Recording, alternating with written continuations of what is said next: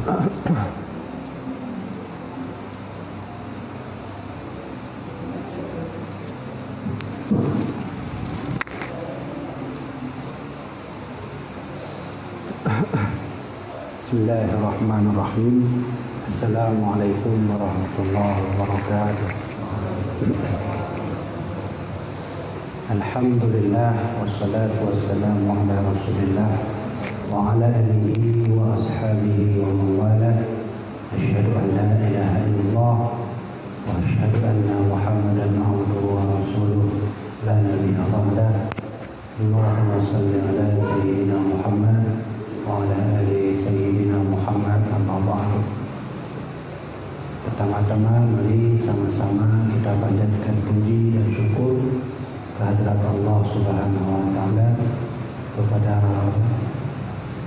Rasulullah Muhammad sallallahu alaihi wasallam dan kepada seluruh para alim ulama mutaqaddimin, ulama mutaakhirin, baik dari sahabat tabi'in dan kepada seluruh para abu-abu, tengku-tengku, ayah-ayah, abang-abang, mak, majlis mulia yang telah hadir pada malam yang mulia ini. Mudah-mudahan bertemu mendung dalam rahmat Allah dan diampuni dosa oleh Allah Subhanahu wa taala. Jadi jemaah dirahmati oleh Allah, maka tuan-tuan jemaah mungkin dalam kajian ini akan bertanya lebih tabut dengan bahasa Indonesia, karena bertanya-tanya insya-Allah tu Malaysia.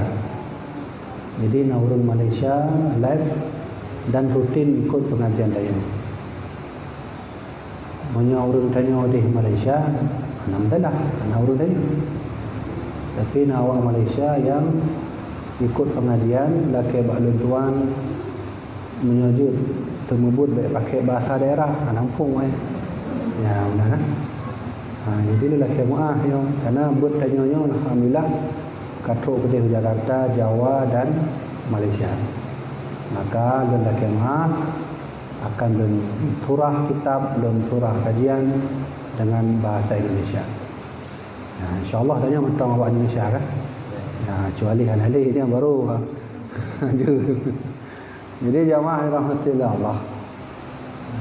Jadi insya-Allah nanti nak tanya jawab lagi biasa. Nanti ayah nak tulis kertas, yang tulis kertas. Malam ini kita akan mengaji satu tema khusus tentang kelebihan orang yang mengenal Allah dengan kelebihan orang yang hanya mengenal Allah sedikit tapi amaliyahnya banyak. Apa kelebihan orang yang banyak mengenal Allah, amalnya sedikit, dengan orang yang amalnya banyak tapi mengenal Allah sedikit? Mana yang lebih utama dan mana yang lebih dianjurkan oleh Rasulullah SAW? Di dalam kitab Sirah Salikin ada satu hadis. Dulu Rasulullah ditanyai oleh salah seorang sahabat. Jadi ada salah seorang sahabat bertanya kepada Nabi, "Ya Rasulullah, ayul a'mal afdal?" Nabi, amal yang paling amal yang paling baik, amal yang paling utama itu amal seperti apa? Hari ini kan kita banyak beramal nih. Ada amalan zikir, ada amalan solat, ada amalan sedekah, ada amalan zakat, ada amalan puasa, Senin Kemis dan seterusnya. Jadi sahabat bertanya, "Ya Rasulullah, adakah amal yang lebih bagus, yang lebih utama, yang lebih baik dari amalan lain?" Ya, ditanya oleh sahabat. Sahabat bertanya, "Ada Nabi yang lebih bagus amalannya?" Ada? Ada, kata Nabi. Maka Rasulullah menjawab, amalan itu adalah ilmu billahi azza wa jalla. Tidak ada amalan yang paling baik, yang paling tinggi, yang paling utama selain amalan tabut tapurno kiban cara taturi Allah Subhanahu wa taala. Itu amalan yang paling baik. Amalan yang kita mengenal Allah ada? Ada. Kalau ada, itu amalan yang paling bagus. Tanya tabut kita pergi ke menasah mengaji untuk mengenal Allah. Maka kata Nabi itu lebih bagus. Kita ingin berzikir. Kamu mau ke mana? Saya mau berzikir. Untuk apa dizikir? Saya ingin mengenal Allah. Maka kata Nabi itulah amalan yang paling bagus. Karena amalan banyak, sedekah, puasa Senin Kamis, kemudian bersosialisasi, berbuat kebaikan, senyumnya amalannya.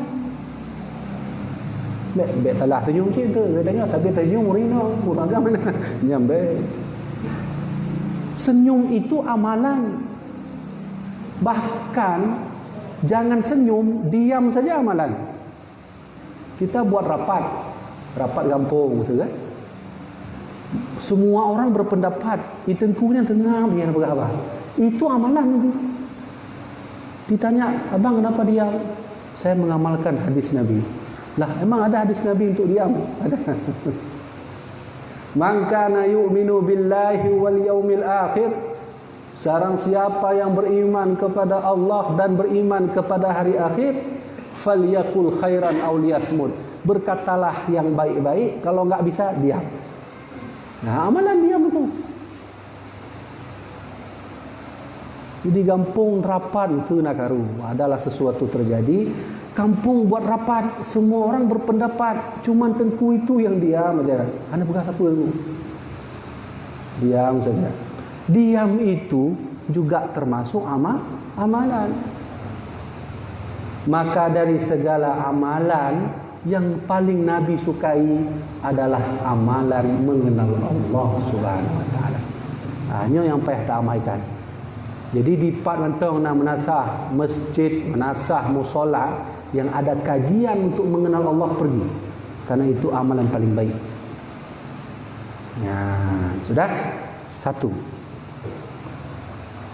Kemudian yang kedua, sahabat bertanya kepada Rasulullah, Nabi, ail a'mal tazid.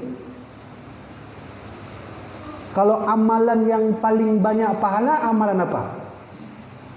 Ya, sahabat bertanya. Kalau tadi sahabat bertanya Nabi, amalan yang paling baik ada enggak? Ada. Yaitu al-ilmu billahi azza wa jalla. Mengenal Allah Subhanahu wa taala. Sahabat bertanya lagi, kalau begitu Nabi, ada enggak amalan yang lebih besar pahalanya? Yang lebih raya pahalanya Nabi, amalan yang paling le pahalanya? Ada, kata Nabi. Ya, apa itu? Al-ilmu billah. Sama lagi jawaban yang pertama. Mengenal Allah Subhanahu wa taala. Jadi siapapun yang mau mengenal Allah, apapun caranya, mau berzikirkah untuk mengenal Allah, mau pergi ceramah maulid mengenal Allah, mau pergi mengaji menasah masjid untuk mengenal Allah, mau bekerja juga untuk mengenal Allah, maka kata Nabi Muhammad, itulah amalan yang lebih banyak pahala. Maka alhamdulillah, di malam yang berbahagia ini jamaah datang ke sini untuk mengenal Allah, dan lentuan datang untuk memberi pengalaman atau pelajaran mengenal Allah. Maka kata Anas bin Malik di dalam kitab Mursyidul Amin, ikhtisar daripada Ihya Ulumuddin, orang mengaji langsung 5 pahala. Ladungkan urunannya untukku. Apa perbedaan orang ngaji di online dengan orang ngaji langsung? Belum pegah beda. Beda lah nunggu. Beda sekali orang ngaji di online dengan orang ngaji langsung. Kalau orang ngaji langsung, Anas bin Malik pernah berkata, perginya dikasih pahala. Tajak kenal.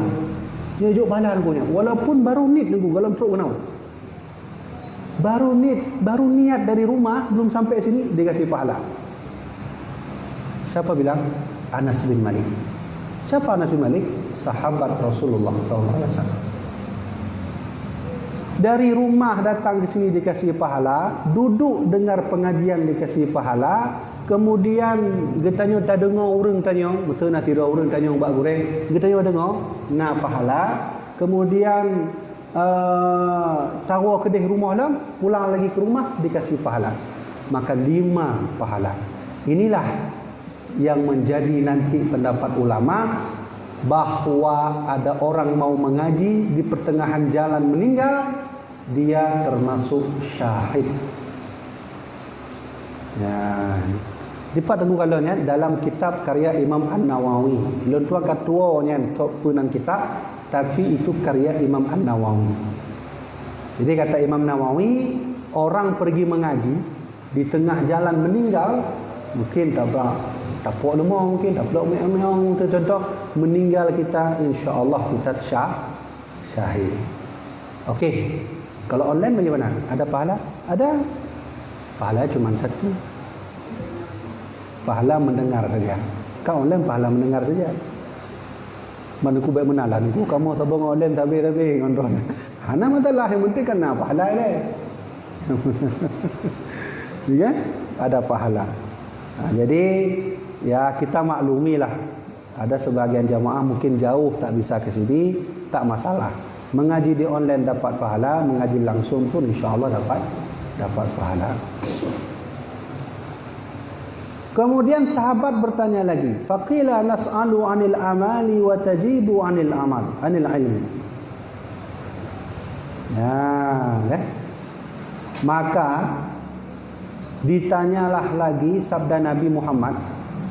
Nabi bersabda, maka sembahnya hamba bertanya, daripada amal dan engkau jawab dengan ilmu. Maka sabda Nabi SAW, bahawa sedikit ilmu serta mengenal Allah itu lebih baik daripada banyak amal tapi jahil kepada Allah. Kata Nabi Muhammad, inna qalilal amal yanfa'u ma'al ilmi billah, wa inna katsiral amal la yanfa'u ma'al jahli billah. Lebih baik orang yang sedikit amalnya tapi mengenal Allah daripada orang yang banyak amal tapi sedikit mengenal Allah. Siapa yang mengatakan itu? Nabi kita Muhammad SAW. Okey, mari kita bercerita sedikit. Siapakah orang yang banyak amal tapi sedikit mengenal Allah? Kita beri contoh saja. Namanya Syekh Bahsisa. Ya. Namanya Syekh Bahsisa. Coba lihat cerita ini di dalam kitab Majalisus Saniyah, syarah daripada Arba'in Nawawi, disyarah oleh Syekh Ahmad Al-Kushani. Syekh Bahsisa itu berzikir tak pernah putus, solat tak pernah putus, puasa tak pernah putus, tapi di akhirnya beliau diberi oleh Allah laknat dan dimasukkan ke dalam neraka. Apa penyebabnya? Apa penyebab Syekh Bahsisa yang banyak ibadah, yang solatnya banyak, tapi akhirnya dimasukkan oleh Allah ke dalam neraka? Ini akibat mengenal Allah sangat sedikit. Maka tidak ada jaminan orang yang selalu solat itu sudah masuk surga. Hana jaminan aku. Lagi kamu-kamunya awak daya, ulama-ulama. Bukan jaminan juga menjadi ulama masuk surga. Apakah surga itu diisi oleh ulama? Tidak. Banyak juga dalam neraka ulama.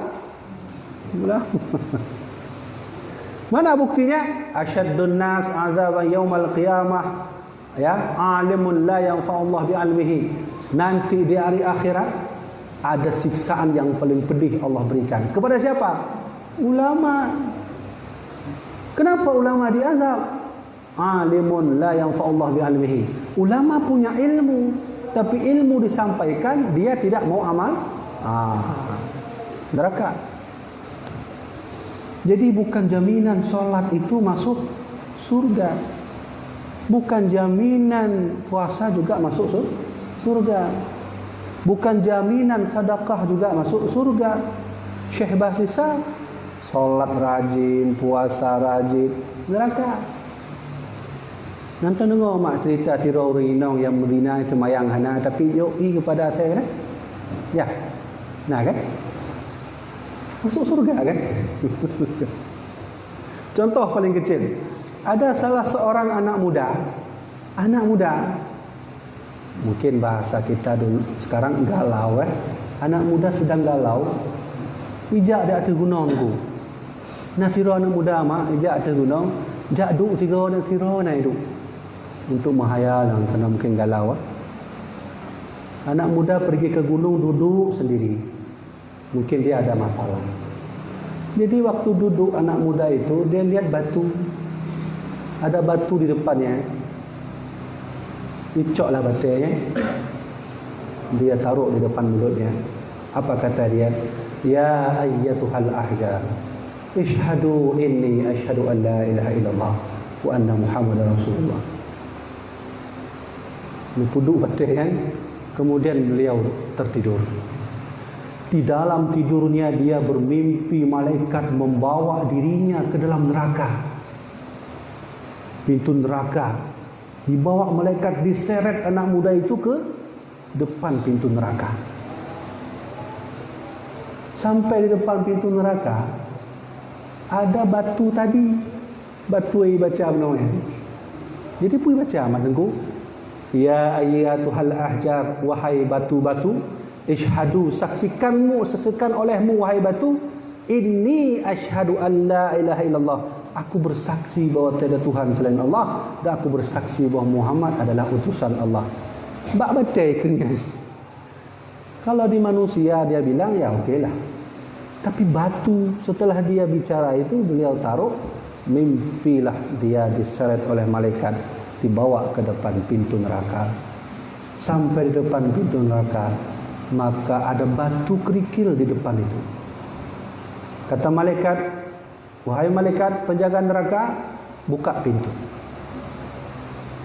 Tidak bisa buka wahai malaikat, karena ada batu di depan. Angkat batunya. Angkat. Waktu diangkat batunya, batu itu tak bisa diangkat. Padahal batu kerikil. Ulang-ulang malaikat buut batainya, han mampu. Kata malaikat, bagaimana ini? Bawa ke neraka lain. Dibawa, diseret lagi oleh malaikat anak muda tadi sampai ke pintu yang selanjutnya. Di depan itu pun ada batu kerikil pas di depan pintu. Angkat. Diangkat malaikat, tak bisa juga diangkat. Bagaimana ini? Ya udah ke neraka lain. Sampai ke pintu ketujuh batu kerikil itu ada.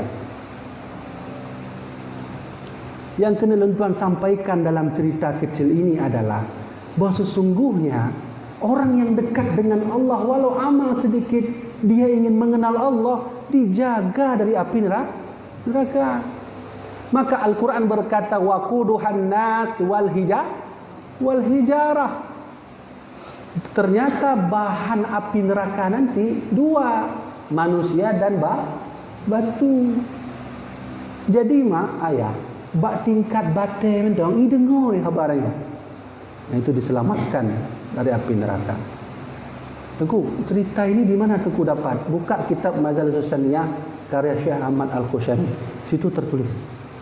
Kalau batu bisa mendengar syahadat kita, apalagi hewan, kucing, anjing, bahkan babi pun bisa menjadi saksi kalau kita bersyahadat di depannya. Menang kan? Menang kan?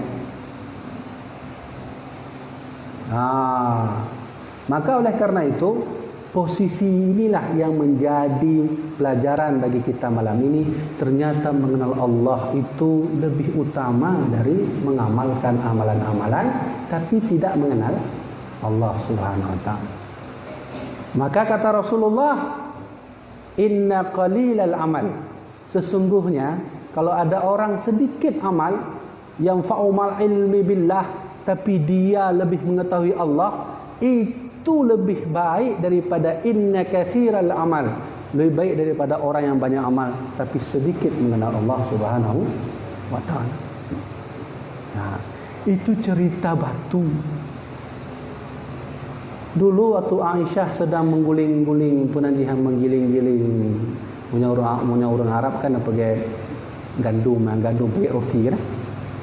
Jadi di Arabnya 6 roti, ubi mejanya mana agak tekan sudah.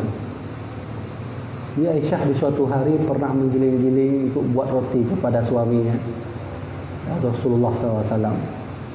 Di tengah giling-giling itu terdengar suara tangisan. Menangis. Aisyah pun sudah gabuk, menyelesaikannya juga gabuk. Ini minta orang lipat orang mau anak mumpuk dulu. Bolak-balik keliling rumah, masuk rumah, keluar rumah, ke belakang, ke dapur rumah, enggak nampak orang menangis.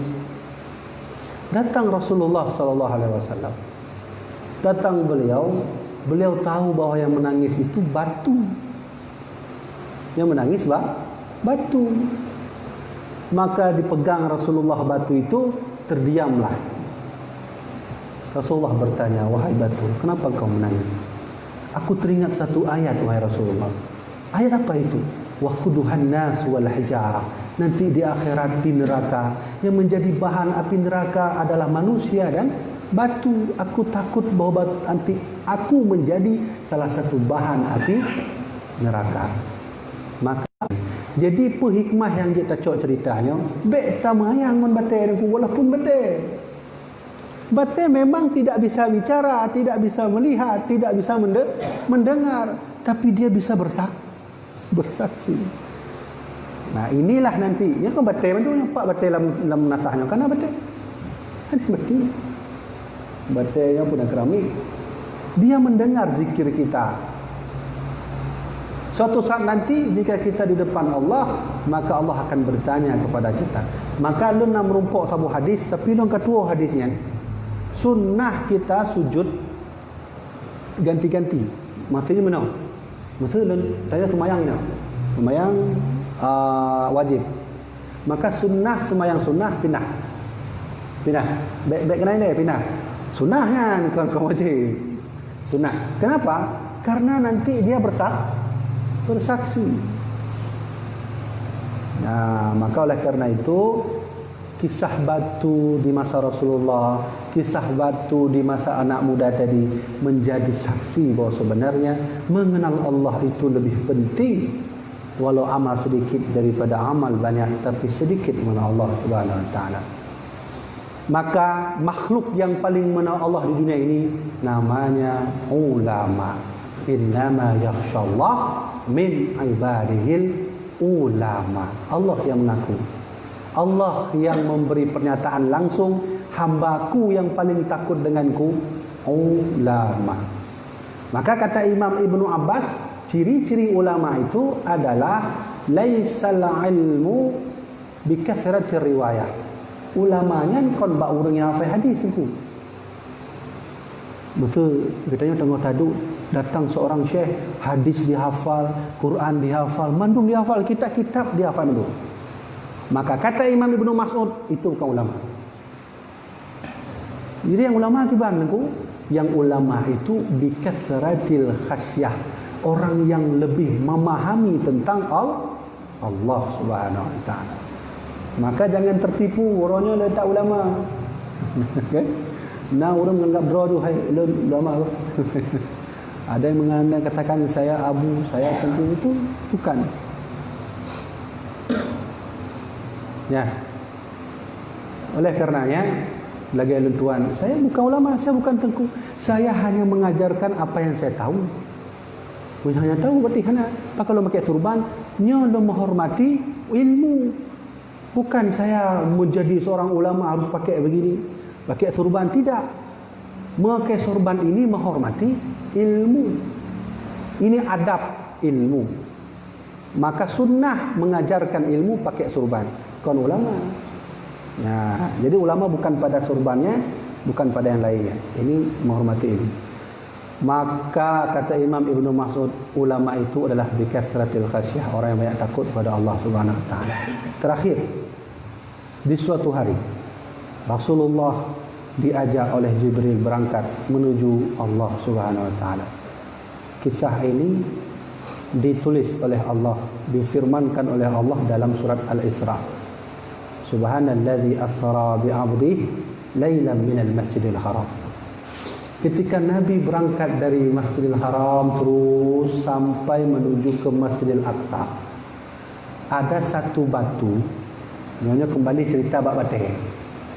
Ada satu batu ketika Nabi berpijak di daerah Masjid Baitul Maqdis itu, ada satu batu yang ketika Nabi naik ke atas, dia tak mau melepaskan diri dari kaki Rasulullah SAW. Bahkan dia menangis meminta kepada Jibril, angkat aku bersama Nabi, aku ingin berangkat dengan beliau. Tapi Jibril tidak mengizinkan. Batu yang juga bersaksi kepada Rasulullah SAW. Maka kembali kepada ayat waquduhan nas wal hijarah, nanti dalam neraka bahan api neraka manusia dan batu. Maka oleh kerana itu jamaah dirahmati oleh Allah Subhanahu wa taala, kesimpulan bab malam yang berbahagia ini adalah kita ambil apa kesimpulan pengajian? Kesimpulannya adalah mulai sekarang ayo kita banyak mengenal Allah. Dengan cara apa mengenal Allah? Tajak bud engkau. Tajak bud ba abu, tajak bud ba dayah. Tadu nah nak. Tengku lu kalau tajak bud aku hanafum. Masalah hanafum boleh peluh le tajak deh. Ya? Tengku saya nak faham tengku. Enggak faham enggak apa-apa, datang aja dulu. Sudah tengku dah 50 kali datang enggak faham. Enggak apa-apa, datang aja. Kenapa? Nabi menyuruh kita datang. Kata Nabi apa? Kata Nabi apa? Kun aliman. Kamu itu harus jadi orang alim. Tahu yang kemudian Rasulullah. Nabi bersabda kun aliman, kamu harus menjadi orang alim. Nabi enggak bisa saya jadi orang alim, saya enggak bisa jadi orang ulama. Kalau enggak bisa au mustami'an, jadi orang yang au muta'aliman lagi au muta'aliman. Kalau enggak bisa jadi orang alim, jadi orang yang belajar. Mandengku hanji cik dari orang belajar, lumpeng mana manja mana, kadang ke lenjek ke santri hanji cik. Munyamunan au mustami'an, jadi orang mendengar saja sudah cukup. Nabi suruh kita menjadi orang alim, enggak bisa. Lain tuan kata Tuhan, saya sudah tua sekali, enggak bisa jadi orang alim, enggak sempat lagi. Au muta'alliman, menjadi orang yang belajar, apalagi belajar lebih enggak sempat lagi. Jadi juga au mustami'an, jadi orang yang hanya mendengar. Berarti Nabi seolah-olah berkata kepada kita, dengar saja walaupun enggak faham, benar kan? Engkau bibi pui surah malamnya, ana faham pokoknya lu ya undang dengar. Nah pahala insya-Allah. Tapi nak modal urang lawak jauh. Jadi orang alim enggak mau, belajar enggak mau, mendengar pun enggak mau. Nian kepada gimana caranya kemudian. Kalau udah begitu gimana? Jadi orang alim enggak mau, belajar enggak mau, mendengar pun enggak mau. Kalau itu enggak mau, ada solusi terakhir. Apa kata Nabi? Au muhibban. Jadilah orang yang mencintai orang mengaji. Telepon. Engkau pat nasahnya. Lun detik aku apa? Detik aku lun titik kopi nan. Meja je kopi walaupun dah dengar. Nian apa pahala aku?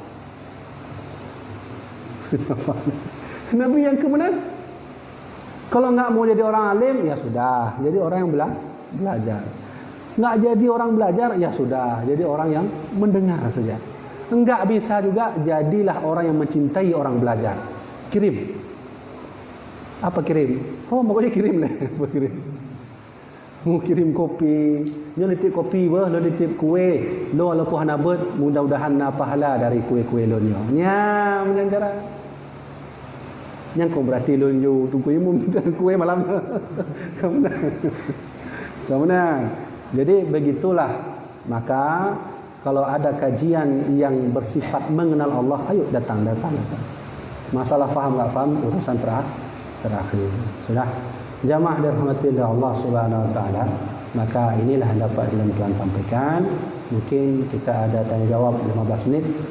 Ya, kalau yang mau bertanya silakan ditanya, insyaallah Menyona, menyo sanggup dan jawab, menyo hana maka terpulangkan bak burai-burai kan, bak abu-abu kan.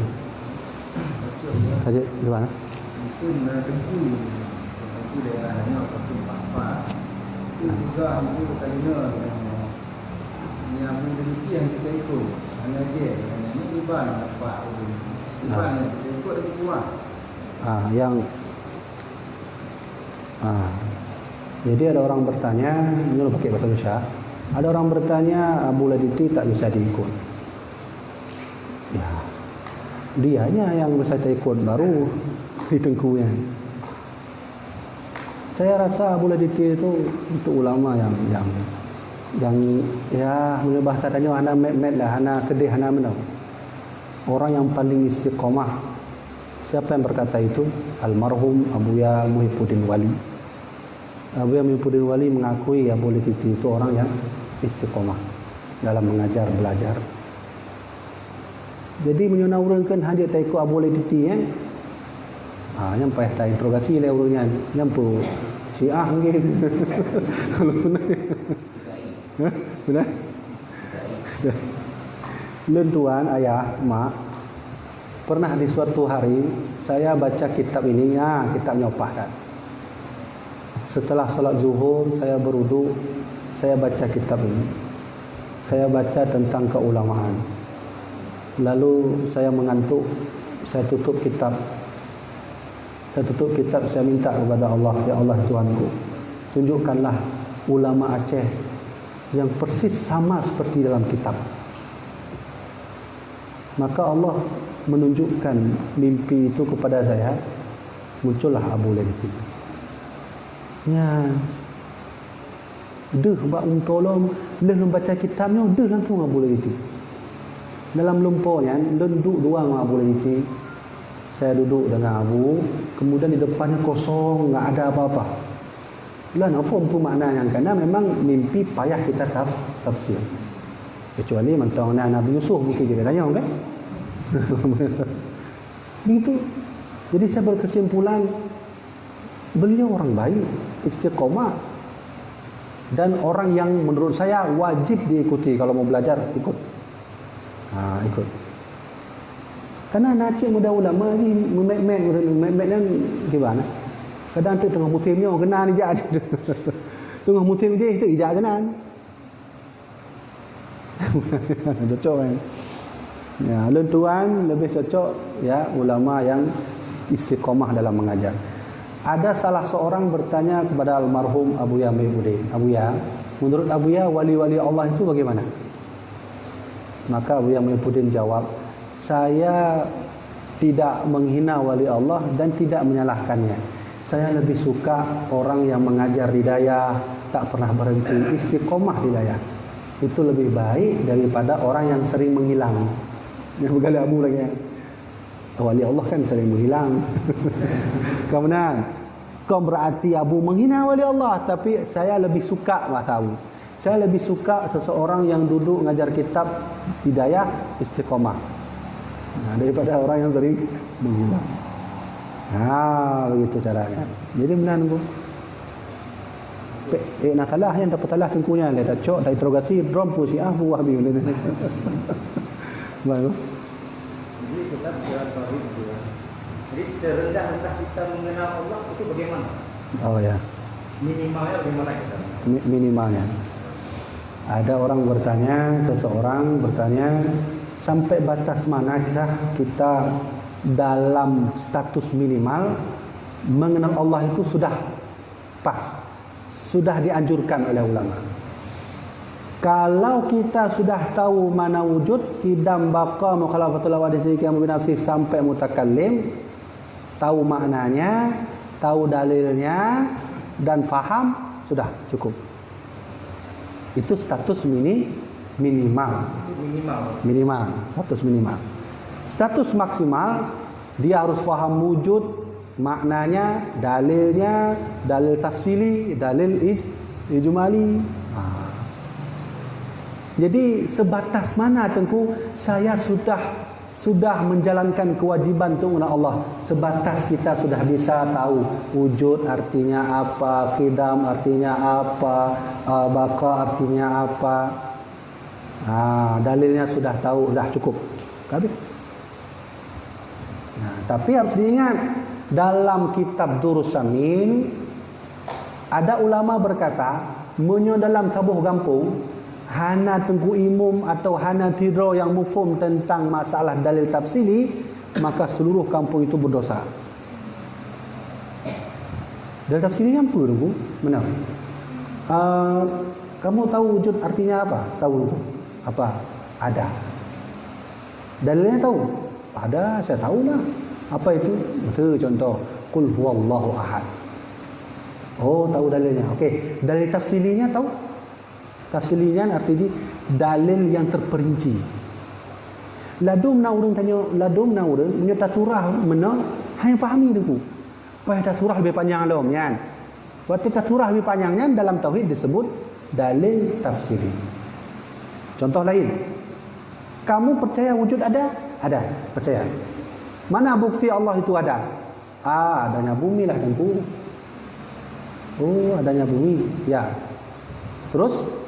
Ya, saya nggak paham. Kalau nggak paham begini. Bumi itu begini. Inilah dalil wujud. Paham? Paham. Itu contoh lagi. Dalil tafsili itu dalil yang terperinci. Maka dalam kitab Durus Samin, kalau ada satu kampung orang yang tak faham dalil tafsili tentang seluruh sifat-sifat Allah yang 20, maka semua orang kampung berdosa. Jadi kembali jawaban yang tuan sampaikan benar, maka kewajiban yang sudah kita penuhi mengenai Allah status minimal adalah sudah tahu mana wujud, qidam, baqa, dalil dan artinya. Habis tak benar? InsyaAllah ya. Kah. Baik, nah. Gino kita bacanya. Kau duduk kan ni? Putih peluk. Enggak putih peluk pakai halang. Nah, lain.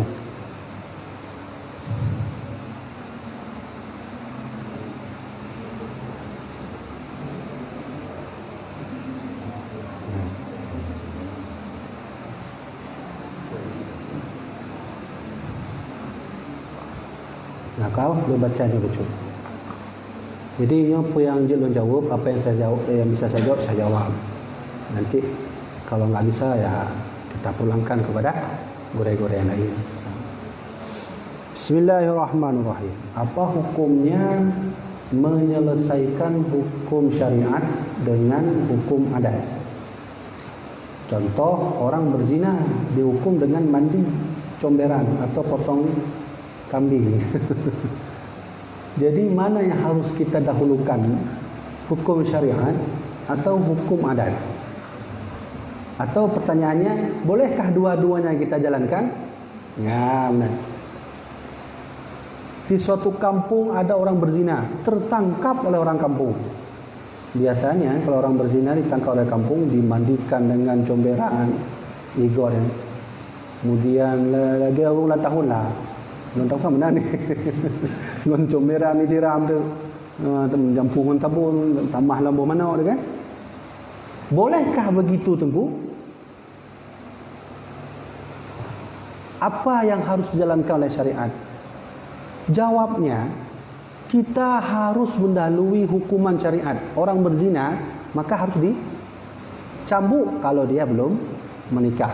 Kau menang kan? Menang kan? Menang hukum syariat kan? Ada enggak dilakukan oleh orang kita? Kalau enggak ada, berdosa. Nah,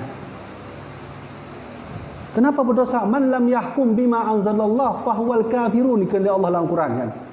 Siapa yang tidak berhukum dengan hukum Al-Quran, maka dia itu orang kafir. Dan Allah yang ketuan kan. Ya. Terus Tengku boleh enggak dengan adat? Adat itu nanti nomor 2. Yang penting syariatnya dijalankan. Bukan berarti hukum adat tidak boleh kita pakai. Boleh. Tapi dahulukan dulu syariat. Ya, benar. Lawi jakah hananan ulang tuang pemanong i comeran itu contoh. Hukum syariat tidak jalankan, itu bahaya sekali. Jadi dahulukan dulu syariat baru adat. Nah, cambuk berapa kali? 100 kali cambuk terus. Setelah itu baru nanti kita pakai hukum adat. Gimana? Nah, entah.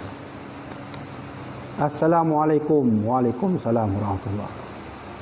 Bagaimana kalau kita mengikut tengku atau ustaz memberikan tarekat kepada kita, sedangkan tengku tersebut ya tidak jelas tidak jelas mana mursyid tengku. Mana? Okey, mahku. Jadi yang dapat lu pahami, hukum seseorang mengikut seorang tengku atau ustaz yang memberikan tarekat tapi mursyidnya tidak jelas. Mana? Laki mah tengku boh tu menyo kurang jelas, alih pun tu tanya orang juga tu. Ya kan? Misalnya begitu pertanyaannya. Tidak boleh kita berguru kepada seorang guru yang kita tak tahu mana belajarnya, mana gurunya. Tahu yang begah yang kau bibi, kalau tuan nunggu buka kitab Ta'limul Muta'allim. Syarat mencari guru, kita harus tahu guru itu dari mana, belajar di mana, dan gurunya siapa. Ya. Nanti punya peruno tanyok, tiba-tiba kasih gimana? Ya, kepeh dah pelajari le. Oh, guru itu dari Dayak. Belajar. Nah, begitu caranya. Dia mengajarkan tarekat, berarti harus tahu dulu dia ambil tarekat kepada siapa. Apa kepada Buya Jama atau kepada siapa misalnya. Ambil beduk salah tu, karena di Padang ada tarekat Naqsyabandiyah yang di Sonan sana salah 3 orang yang memfitnah Abu Yamudawali, yang fitnah Abu Yamipudin, katanya tarekat Naqsyabandiyah Abu Yamipudin sesat. Itu dari sana tu. Lun ketua Sonan ustaznya. Sonan doktor sih banyak. Jadi harus tahu mana gurunya. Dia tarekat, okey, kemana dia ambil tarekat dulu? Sudah tahu? Sudah nunggu ambil tarekat. Nah, kenapa kita perlu tahu guru kita kepada siapa belajar? InsyaAllah nanti ada doanya. Nah, Imam Syafi'i berdoa, ya Allah, berkahilah murid-muridku semua. Jadi tanya dalam barisan murid-murid Imam Syafi'i, maka dapat doa dari Imam Syafi'i. Nah, benar kan? Inilah nanti perlu ijazah. Ijazah tulisannya. Tengku nunjuklah ijazah amalan tado. Kasihlah saya ijazah. Itu perlu ijazah biar sampai doa. Nah kan? 2, bagaimana kalau kita ikuti mursyid telah ambil ijazah tarekat dari tengku tersebut? Ya, lama-lama kita tahu kalau tengku tersebut tidak diangkat mursyid atau orang yang ya bisa beri ijazah kepada orang lain. Oh, jadi katrib ikut tengkunya, tapi tiba-tiba duduk kan tu bawa gure tengkunya hana mursyid macam contoh. Bagaimana? Ya, kalau sudah begitu ya carilah yang ada silsilah keguruan. Saya belajar kepada guru ini misalnya. Tiba-tiba enggak jelas gurunya siapa, berarti cari guru lain. Yang baik tengku meramah dan untuk merumpuk gure aliran Ahmadiyah. Itu Ahmadiyah yang mengaku Nabi. Orang Ahmadiyah itu setelah Nabi Muhammad ada Nabi lain namanya Mirza Ghulam Ahmad. Ini bahayanya. Syiah, jangan kita kira di Aceh tak ada Syiah. Oh, Syiah sudah ada di Aceh. Sudah ada. Dulu pernah terjadi konflik polemik waktu ada acara di daerah Oasis, Hotel Oasis. Turun salah seorang syekh, siapa namanya? Kau tahu? Dr. Ismail Qasim. Ismail Qasim. Saya enggak tahu tuh beliau itu siapa. Saya enggak tahu tuh jujur. Lalu saya telepon orang Malaysia, ada murid Abu Yamipudin. Saya telepon, saya tanya bagaimana sikap Malaysia terhadap Ismail Qasim. dikeluarkan semua fatwa. Fatwa Malaka, fatwa Negeri Sembilan, fatwa Johor, fatwa Umandung, fatwa lu baca fatwa sesat. Mawati Katru Ismail Qasim di Aceh. Sesat. Ya, nah ini nih fungsi kita nanti mengenal guru. Dia belajar di mana? Dia dulu dapat mursyid dari mana? Benar kan? Nah, hati-hati sekali. Assalamualaikum. Waalaikumsalam. Apakah amalan kita diterima jika kita memutuskan silaturahmi? Baiklah putus silaturahmi. Tinggal enggak oleh Allah bahwa kita memutuskan silaturahmi. Kalau kita banyak memutuskan silaturahmi, 3 hari saja tidak berbicara, maka ada amalan yang diterima oleh Allah, ada amalan yang tidak. Memutuskan silaturahmi termasuk dosa yang lumayan besar juga. Maka bagaimana sikap saya Tengku kalau saya dah putus silaturahmi, hubungkan kembali. Terus amal saya bagaimana? Amal itu insya Allah urusan Allah. Allah nanti yang berikan. Nya Tanjung Baklun kiban nengku na putuh amalan Allah nangfu nengku. Karena yang kehendak yang memegang pahala, dosa, neraka, surga hanya hak prerogatif Allah. Hanya tak ikut campuri. Nah, cuman danya tetap bersosialisasi. Silaturahmi. Ya, Yang kedua, kita masih bertutur sapa, tapi sudah 10 tahun tidak pernah ke rumah. Oh, nya kan boleh mereka bertutur sapa. Kan apa payah ajak rumah memang harus, tapi kalau sudah bertutur sapa itu bakti silaturahmi sudah tersambung. Munyo selalu tersambung masalah ajak rumah alhamdulillahnya. Kan je tam rumpok orang kopi kan je kan. Kan nak ke rumah dia kan. Pak bang ajak orang kopi dah je kan je benar. Anak pu rumah ni. Walau demikian dianjurkanlah kita datang ke rumah karena itu juga termasuk meluaskan silaturahmi. Itu termasuk kabeh. Terakhir nalu kenali kabeh. Abu ya, imam Islam, tauhid, makrifat kalau sudah berkumpul dinamakan agama. Abu ya jelaskan tentang hal ini sedikit. Imam Islam nyokot imam gimana? Iman, Islam, tauhid, makrifat. Kalau sudah berkumpul dinamakan agama. Ya. Bagaimana penjelasannya?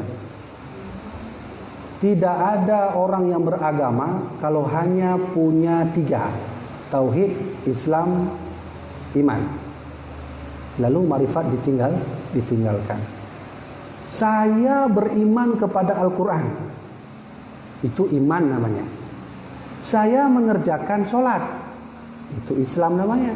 Saya meyakini Allah. Itu tauhid namanya. Saya mengetahui tentang Allah. Itu namanya ma'rifat. Maka terjadilah nanti agama. Kalau saya hanya mengenal Allah, sholat tidak, hanya iman bukan agama berarti. Benar kan? Siapa yang lebih tahu tentang Allah di dunia ini? Cuman satu orang yang sangat dekat dengan Allah. Beliau baginda Nabi Muhammad SAW. Orang yang sudah tinggi mengenal Allah, tapi sholat. Benar kan? Jadi Aisyah pernah bertanya, ya Rasulullah, wahai suamiku tercinta, wahai Nabi, engkau kan orang yang sudah dijamin masuk surga. Ya, memangnya kenapa wahai Aisyah? Begini Rasulullah, engkau orang yang sudah dapat jaminan masuk surga. Pahala sudah penuh, dosa diampuni, kesalahan diampuni. Tapi saya ingin bertanya, kenapa lagi engkau sholat wahai Rasulullah? Itu Aisyah bertanya. Ini seolah-olah Nabi don kali diampuni mandum dosa dan jamin masuk surga. Jadi untuk apa sholat? Nabi menjawab, ya Aisyah, wahai Aisyah, salahkah aku bahwa aku mencari Allah dan butuh Allah ketika aku hidup? Tidak ya Rasulullah. Begitulah aku sholat. Aku sholat karena aku butuh Allah. Kak, yang kena tuan sampaikan, bak tingkat Rasulullah mentang iman ada, Islam ada, tauhid ada, marifat pula macam mangkat tinggi dah marifat. Kalau seandainya Rasulullah tidak solat dan Rasulullah hanya makrifat tauhid iman, maka tuan lagi yang cik tunggu. Semayang lagi yang cik. Kita ni kan tak ikut Nabi kan. Benar kan? Coba lihat, Rasulullah orang makrifat, tinggi makrifat. Ana ahakum billah, kata Nabi. Saya yang lebih tahu tentang Allah. Tapi Rasulullah solat. Contoh lain, benar? Betul. Contoh, Nabi Muhammad kalau lapar, minta makan, apakah Allah kasih? Ya Allah, turunkanlah makan dari surga. Kasih tak? Saya rasa kasih. Kenapa? Kekasihnya. Ya kan? Kamu menang kan? Ya Allah, tuan punya betul nak tabah ke rumah 2 tahun kamu duduk mentahabannya. InsyaAllah hijau tunggu. Itu kekasihnya yang minta. Tapi Nabi tidak demikian. Walau dekat dengan Allah, tahu diri. Kalau lapar cari makan. Benar kan? Walau Nabi makan, kau lagi tanya makan. Kita makan untuk hidup. Nabi makan untuk berjuang di jalan Allah Subhanahu Wa Taala. Contoh yang kedua, Nabi bisa minta, ya Allah, kami mau perang Uhud, menangkan ya Allah. Ya kan?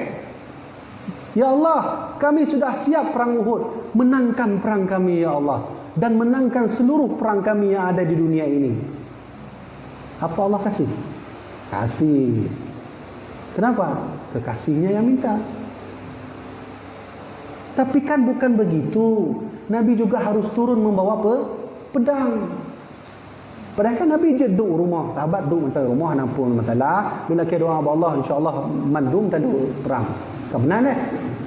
Tapi hana mendan nunggu Nabi bawa pedang. Beliau hampir mengucur darah. Datang ke Uhud perang. Kemudian ke perang Badar perang. Nabi perang.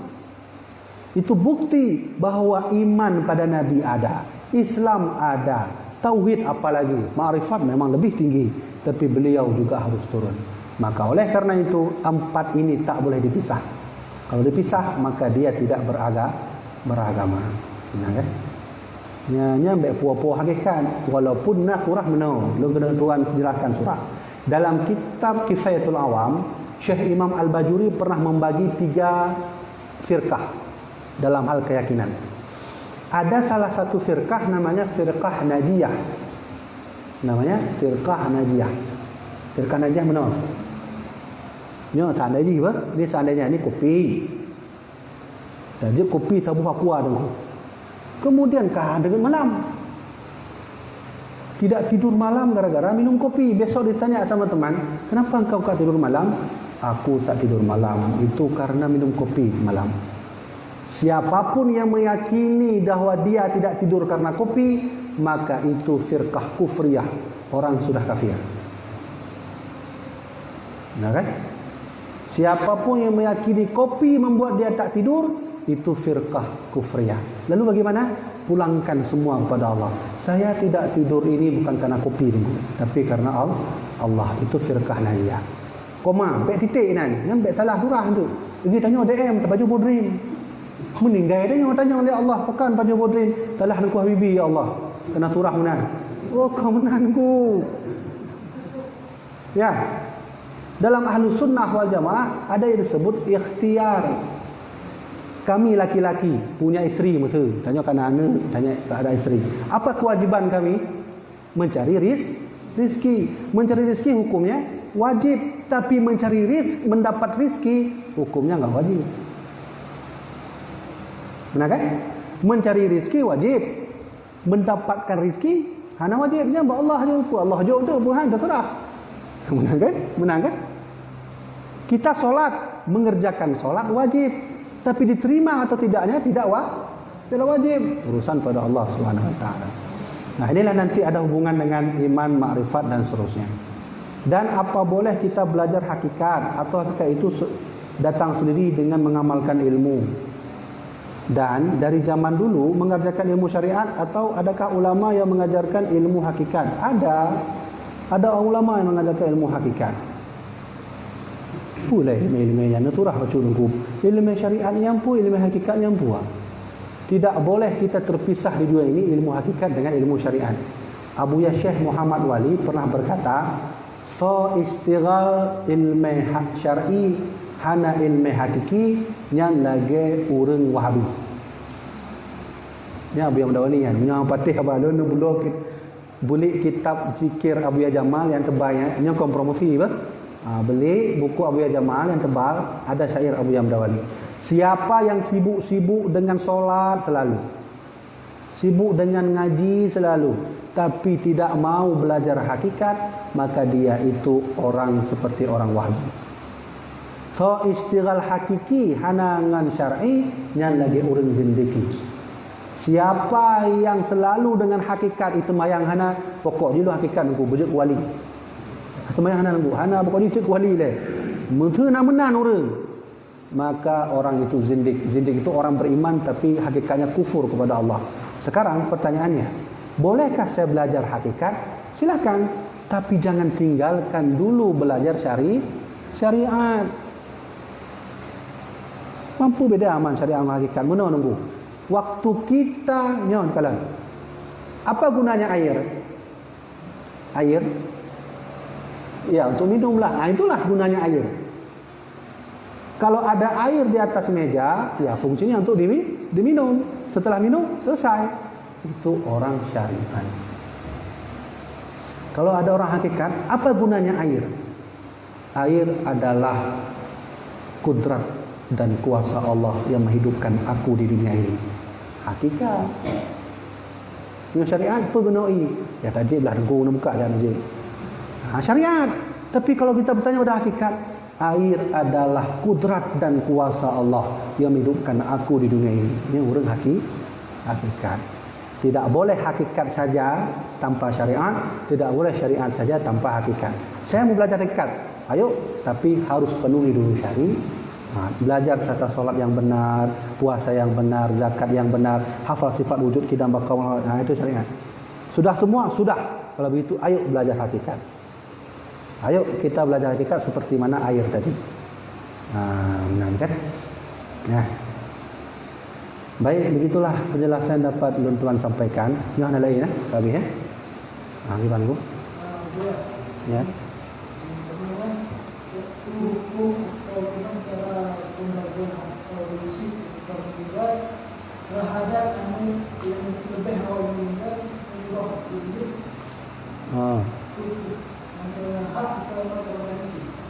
Oh ya, berarti anak ayah kamu meninggal.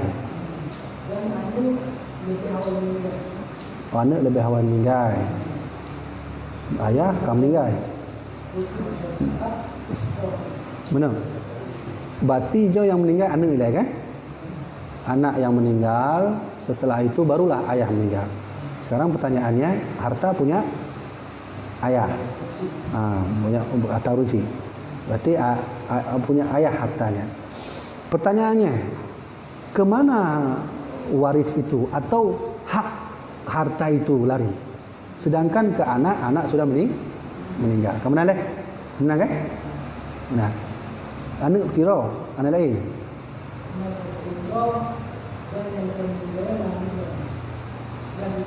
Benar tu. Menyo anak tiro, anak betul. Dan kalau mengkawin, maka lari nanti ke paman atau bahasa adik. Nah kan? Tapi kalau anak ada, yang beda hukum tu. Nanu inong, ya punya nanu inong kah beda long tu atau warisan. Kalau ada anak, 2 orang anak perempuan, maka 1/2, sisanya nanti ke lainnya. Kalau ada anak laki-laki yang lain, maka bagi saja. Asobah namanya, asobah lari bagi 3. Harga 1 juta, punya anak 3. 2 orang perempuan, 1 orang laki-laki. 2 orang perempuan, 1 juta itu nanti bagi 2. Berarti 250. Selebihnya untuk laki-laki. Yang kedua, kasusnya laki-laki tak ada anak 2 atau lebih, maka bagi dia sedikit, sisanya ke pamannya. Masalahnya semua tidak ada, maka lari kepada paman. Yang ke kasus selanjutnya, anak meninggal tapi ada cucu dari anak laki-laki, maka dia dapat asabah sisa. Menang kan? Nyo pertanyaan abang no na limang buah kasus ya. Maka jadi masalah waris harus rinci tanyanya. Anaknya berapa, siapa meninggal, adakah yang perempuan, hartanya berapa. Ya, yang baru dia tak jawab tu. Ya, benar. Jadi benar. Mungkin untuk lebih jelas mengikut ulama. Ya. Hero rugi nan untuk dua atau merah. Kemudian nan agak awal nikah. Nak kalau keluarga nan Dalam keluarga. makan si dua. Pedro anu.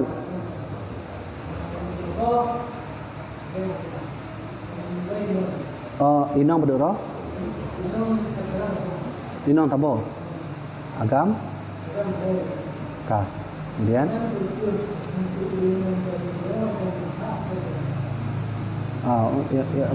yang urinong gua mana? Urinong nak anu. Yang inongnya kam meninggal ke belum? Urinong meninggal. Berarti agam mentona mendumnya. Berarti nya tetap dah yang rok tu kan. Cuma cara dia itu asabah. Benar. Tetap dapat, cuma nanti jatuh ke cucunya. Jatuh ke anak inong yang benar. Sisa jin tu baknya agam. Siapa? Yang anak inong kan? Anak inong pada orang nak tiro. Tiro anak inong. Maka tetap asabah tu 1 juta. 1 juta. Maka 2:1. Kan? Kalau ada anak laki-laki tetap harta warisan dapat asabah. Berarti bagi 3. 1 juta bagi 3 berapa kan? Ha? Bagi le. Le tuh le puluh le lebih kan? Mesti benar lah tak buka haju. 1 juta dibagi 3, 333.000. Maka 2 bahagian iaitu 330.000 tambah 330.000 ambil bagi le. Ibarat kuih betul contoh kuih. Kita bagi le. 2 boh untuk orang agam, 1 boh untuk orang inong. Orang kan pada orang tu lero. Maka bagi je untuk yang 2 boh yang. Yang 1 boh tu nah, rok ba. Ya. Yang mana maksud dia? Itu cucu lah kan urinong kan dah ini kan ada cucu. Ya, dapat dia. Cucu begini ya. Itu mesti. Ya, kah. Bab warisnya karena ulun tuan termasuk orang yang paling trip bab waris. Paling tripnya kan kena malim babnya anak nyan gua nang form. Jadi lembut trip babnya nunggu. Tapi alhamdulillah baca-baca jut dan jawab. Tapi mana leh jawabnya nak tanya cinta bab goreng lain. Mungkin nak tambahan penjelasan atau nak khilafiyah ulama. Jadi gimana tu?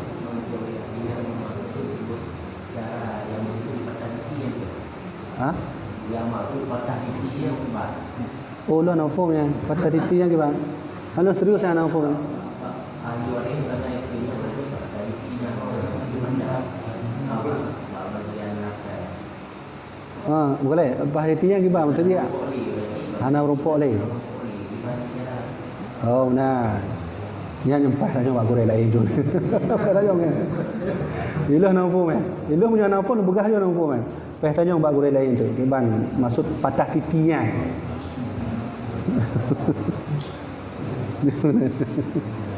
Tahu ah?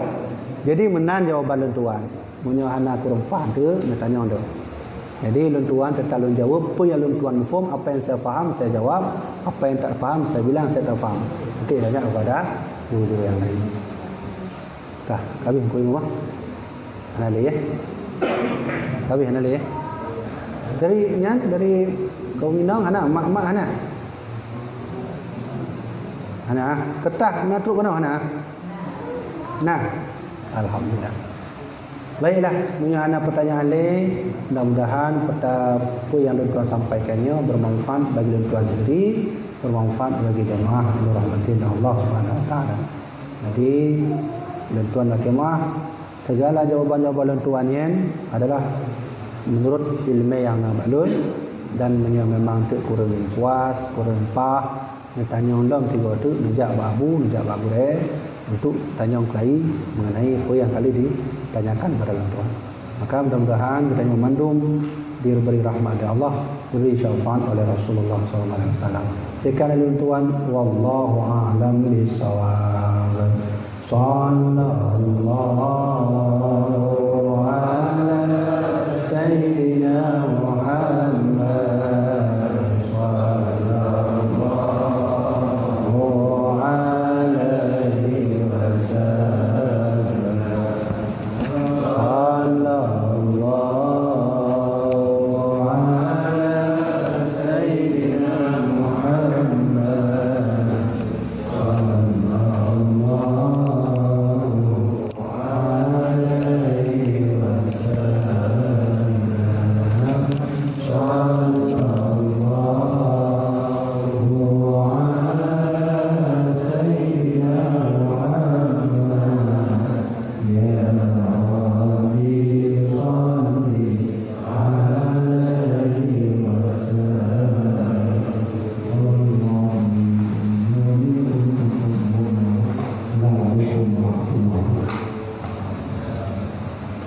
Alhamdulillah.